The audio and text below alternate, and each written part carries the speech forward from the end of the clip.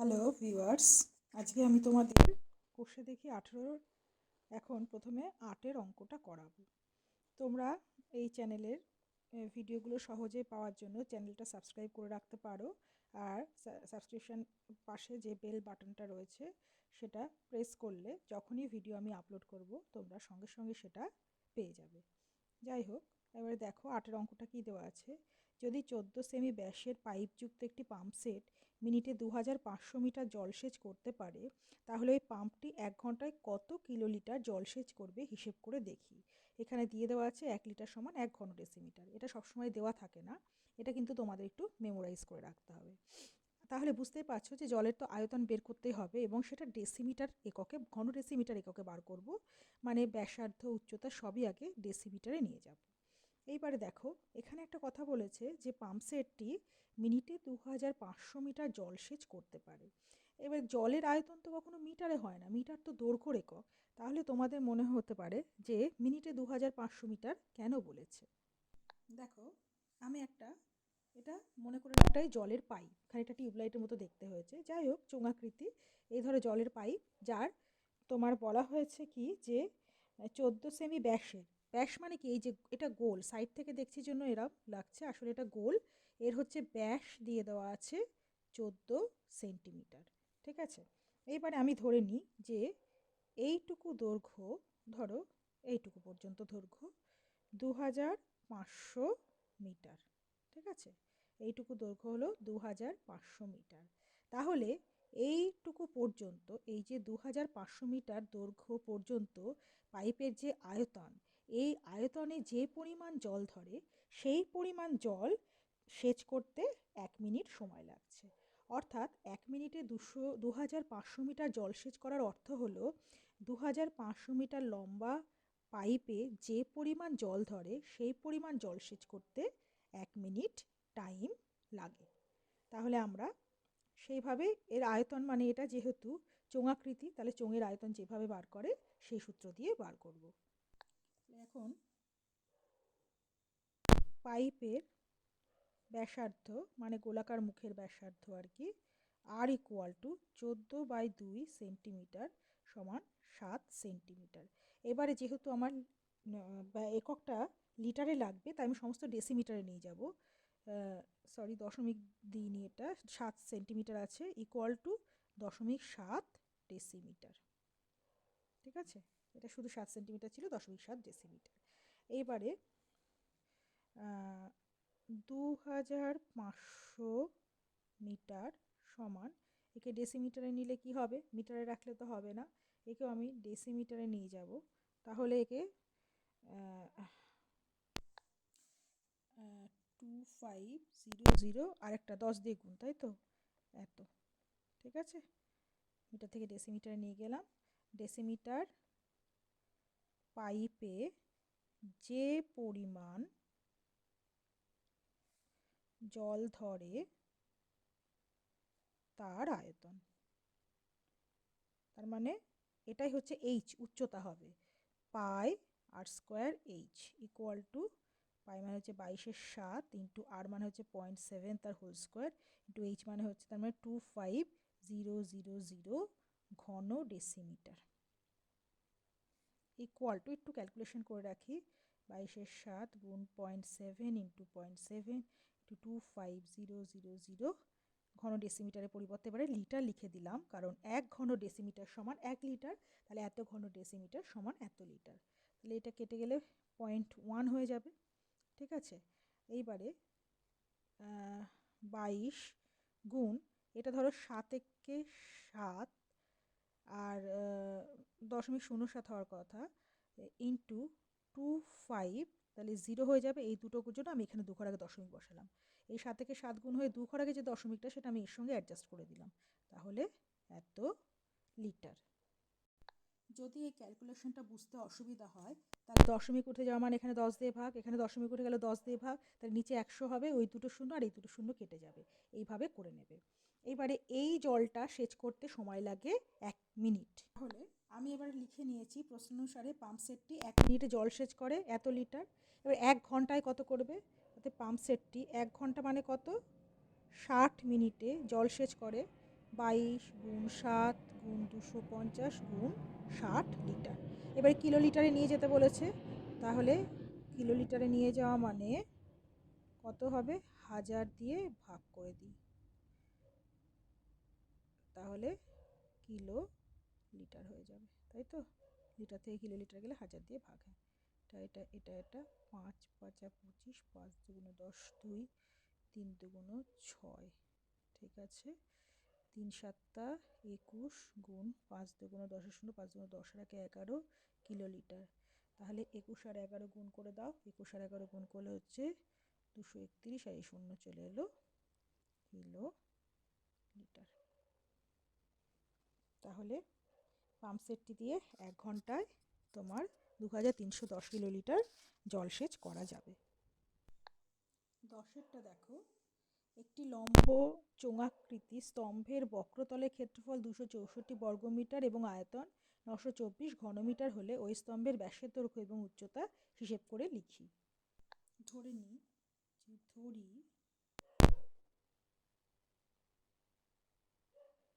স্তম্ভের ব্যাসার্ধ r metre এবং উচ্চতা h মিটার। এবারে বক্রতলের ক্ষেত্রফল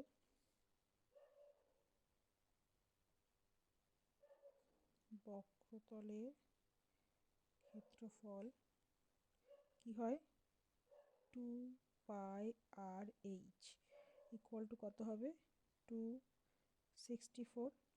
এখানে কিন্তু বক্রতল মানে শুধু পার্শ্বতলটা বলেই দেওয়া হয়েছে। আর আরেকটা কি বলা হয়েছে, আয়তন। এখানে লিখে তলায় আয়তন, তার সূত্র কি হয়, πr² ইকুয়াল টু হচ্ছে 924। এটাকে 1 নম্বর দিয়ে দিই, এটাকে 2 নম্বর দিয়ে দিই, এবারে ভাগ করে দিই, ঠিক আছে।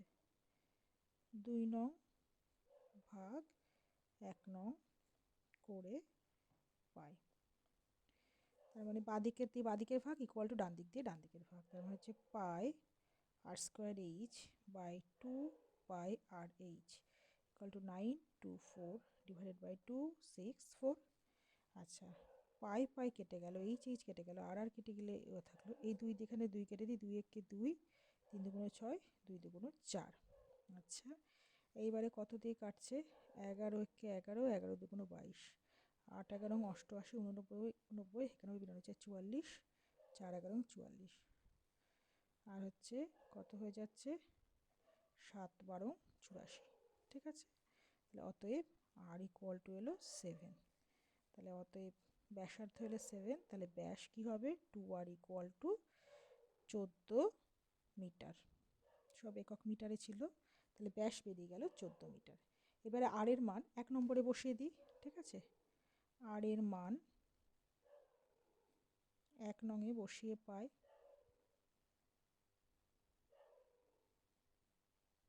কি পাওয়া যাবে, দেখো 2π ইন্টু কত 7 ইন্টু h ইকুয়াল টু 264, और h ইকুয়াল টু হয়ে যাবে 264 ইন্টু 7, শুধু উপরে চলে যাবে, নিচে এসে যাবে 2 গুণ 22 গুণ 7, 7 7 কেটে গেল, 22 1 22, 22 2 44, 2 6 2 12 6।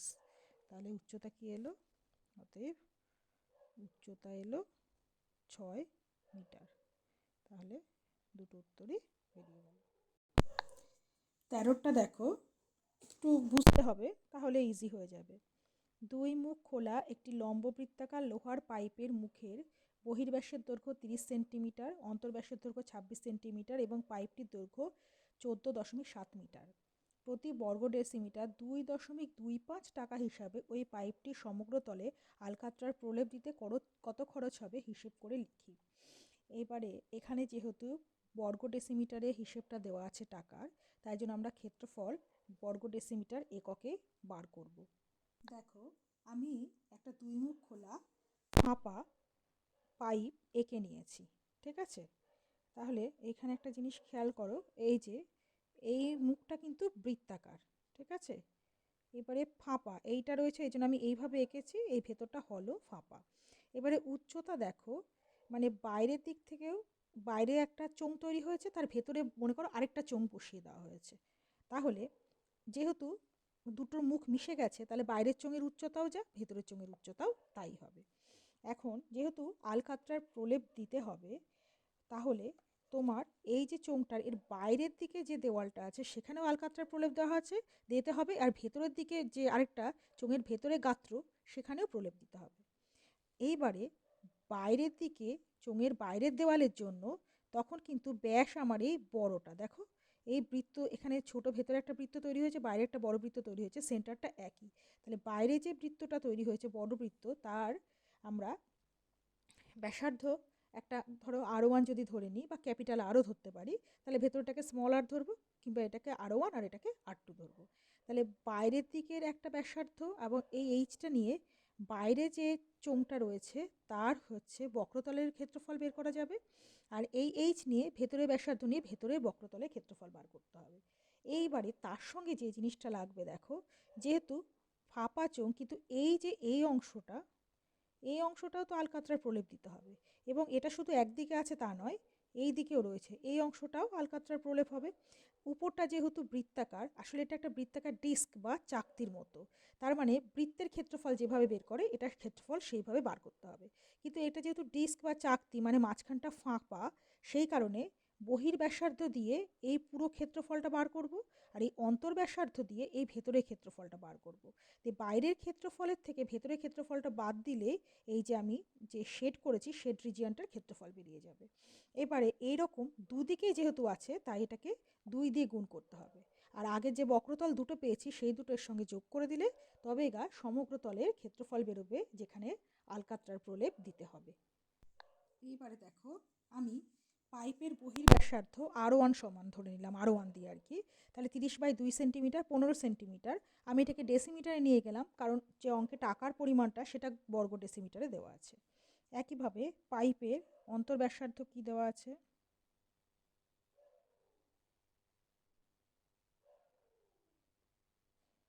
R2 ইকুয়াল টু 26/2 সেমি সমান 13 সেমি সমান 1.3 ডেসিমিটার।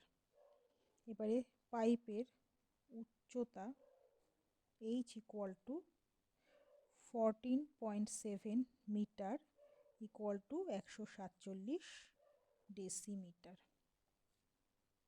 এবারে পাইপের সমগ্র তলের ক্ষেত্রফল, মানে ফাঁপা চোঙের যে ক্ষেত্রফল হয় সমগ্র তলে, সেটা বের করতে হবে। ফাঁপা চোঙের সমগ্র তলের ক্ষেত্রফল। আচ্ছা, বাইরেটা যেহেতু R1 ধরেছি, তাহলে বাইরের হচ্ছে 2πRH ফর্মুলা বাইরের জন্য, তাহলে 2π আর এর পরিবর্তে R1 ইন্টু H, ভেতর দিকের জন্য কি হবে প্লাস 2πR2H প্লাস, এবার এটা বাইরের ক্ষেত্রফল হচ্ছে পাই R1 স্কোয়ার মাইনাস ওটা হবে পাই R2 স্কোয়ার, তাই তো, পাই R1 স্কোয়ার মানে পাই R2 স্কোয়ার হলে তবে এই ডিসটা পাবো, কিন্তু এটা যেহেতু দুটো আছে তাই এটাকে 2 দিয়ে গুণ করে দেওয়া হলো। দেখো সূত্র বোঝা গেল কিনা। বাইরের যে বক্রাকার তল আছে তার জন্য 2πR1H, ভিতর দিকে ফাঁপায় ভেতরের যে বক্রাকার, এই যে ভেতরের যে বক্রাকার তল আছে তার জন্য 2πR2H, দুটো যোগ হলো। এবারে এই বাইরের ডিস্কটার ক্ষেত্রফল, বাইরের অংশটার পুরোটা যদি ক্ষেত্রফল নিই, তাহলে পাই R1 স্কোয়ার, আর ভেতরের টুকুর ক্ষেত্রফল হচ্ছে পাই R2 স্কোয়ার। পুরোটার থেকে ভেতরের অংশটা বাদ দিলে এই ডিস্কের ক্ষেত্রফল, কিন্তু উপরে আর নিচে দুটো ডিস্ক তৈরি হয় তার জন্য 2 দিয়ে গুণ হয়েছে।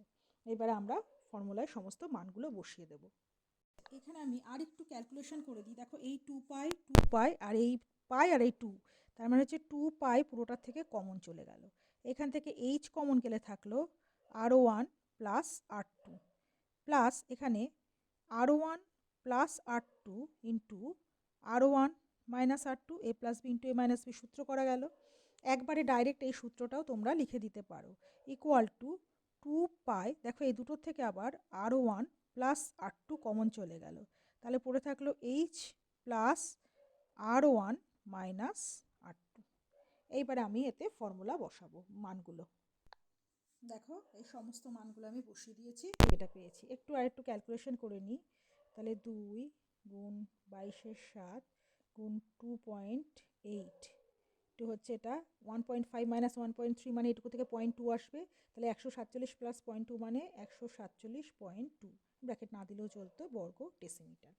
এইবারে 1 বর্গ ডেসিমিটার আলকাতরা প্রলেপ দিতে খরচ পড়ে 2.25 টাকা।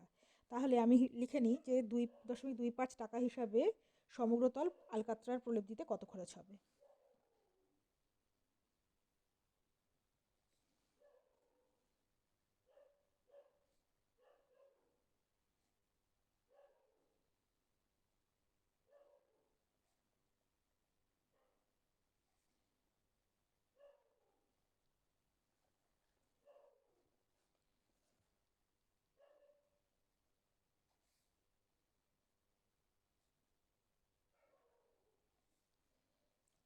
এটা দিতে মোট খরচ কি হবে, এর সঙ্গে গুণ হয়ে যাবে, তাহলে 2 গুণ 22/7 গুণ 2.8 গুণ 147.2 গুণ 2.25 টাকা। মোট খরচ দিতে মোট খরচ এত টাকা হবে। তোমরা আগেও গুণ করে নিয়ে তারপরে করতে পারো, আমি লাস্টে একবারে গুণ করি, তোমাদের যেটা সুবিধা তোমরা সেইভাবে ক্যালকুলেশন করবে। 0.4 এলো, ঠিক আছে। তাহলে আমি এখানে 2 গুণ 22 গুণ 147.2 এটা রাখলাম, গুণ এই দুটোকে আমি যদি গুণ দিই তাহলে আসছে 4 5 20, 4 2 8, 9 10 0, 4 2 8 আর 1 9, 1 2 3, 3 ঘর আগে দশমিক এত টাকা, পয়েন্ট এটা হলো। এইবারে সবগুলো গুণ দিতে হবে, তাছাড়া আমি আর কোনো উপায় দেখছি না। এখানে হচ্ছে 44 গুণ 0.900, এই দুটোকে একসঙ্গে গুণ দিই, তারপরে 147.2 এত টাকা। এটাকে একটুখানি গুণ দিয়ে রাখলে কি আসছে তোমার 4 নং 36, 4 নং 36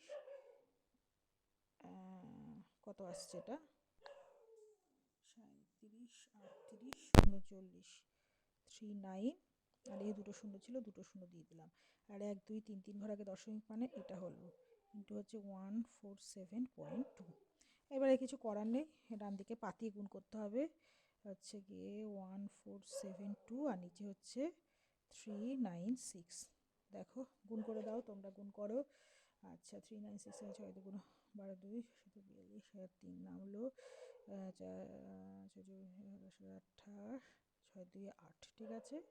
ইন্টু হচ্ছে এটা আসছে 18 8 নামলো 64 4 4 নামলো হচ্ছে গিয়ে 2 হচ্ছে 13, এটা কি আসছে একটু হচ্ছে গিয়ে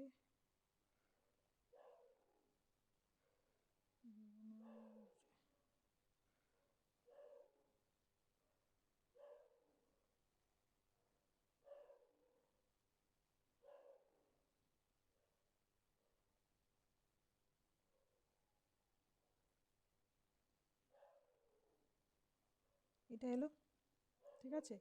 তাহলে ইকুয়াল টু 582912, এই দুটো শূন্য শূন্য বসালাম, এর 3 4 ঘর আগে দশমিক 1 2 3 4 ঘর আগে দশমিক, তার মানে হচ্ছে 5829.12 টাকা। ক্যালকুলেশনটা একটু জটিল হলো।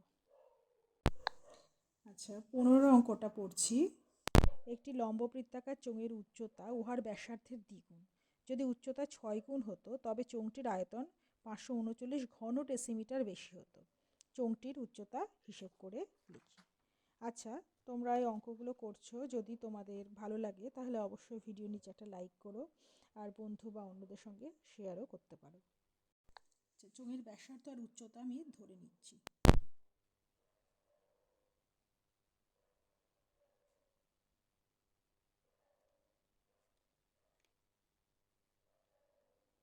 যেহেতু অঙ্কটাতে একক ডেসিমিটারে দেওয়া আছে তাই আমি এগুলো ডেসিমিটারেই ধরবো।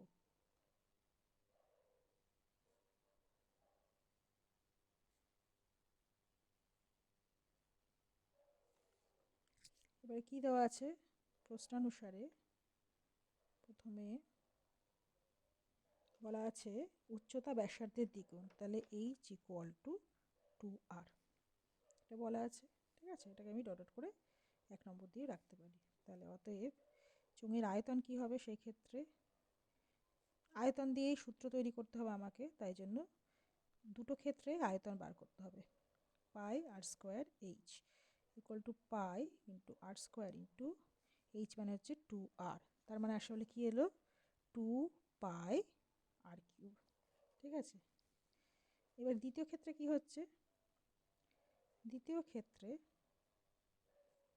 উচ্চতা ধরো আমি ক্যাপিটাল এইচ যদি ধরে নিই, ইকুয়াল টু বলছে 6 গুণ যদি হতো ব্যাসার্ধের, মানে দ্বিতীয় ক্ষেত্রে উচ্চতা 6r হয়ে যাবে। ঠিক আছে, স্মল এইচও ধরা যেতে পারে, তখন আয়তন কি হবে,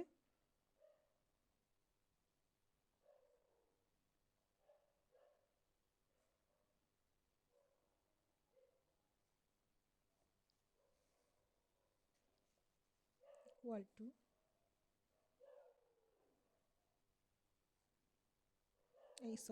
এইচ মানে 6r।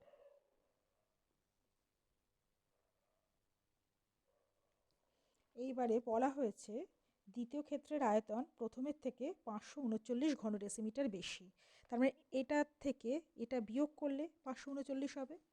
তাহলে শর্তানুসারে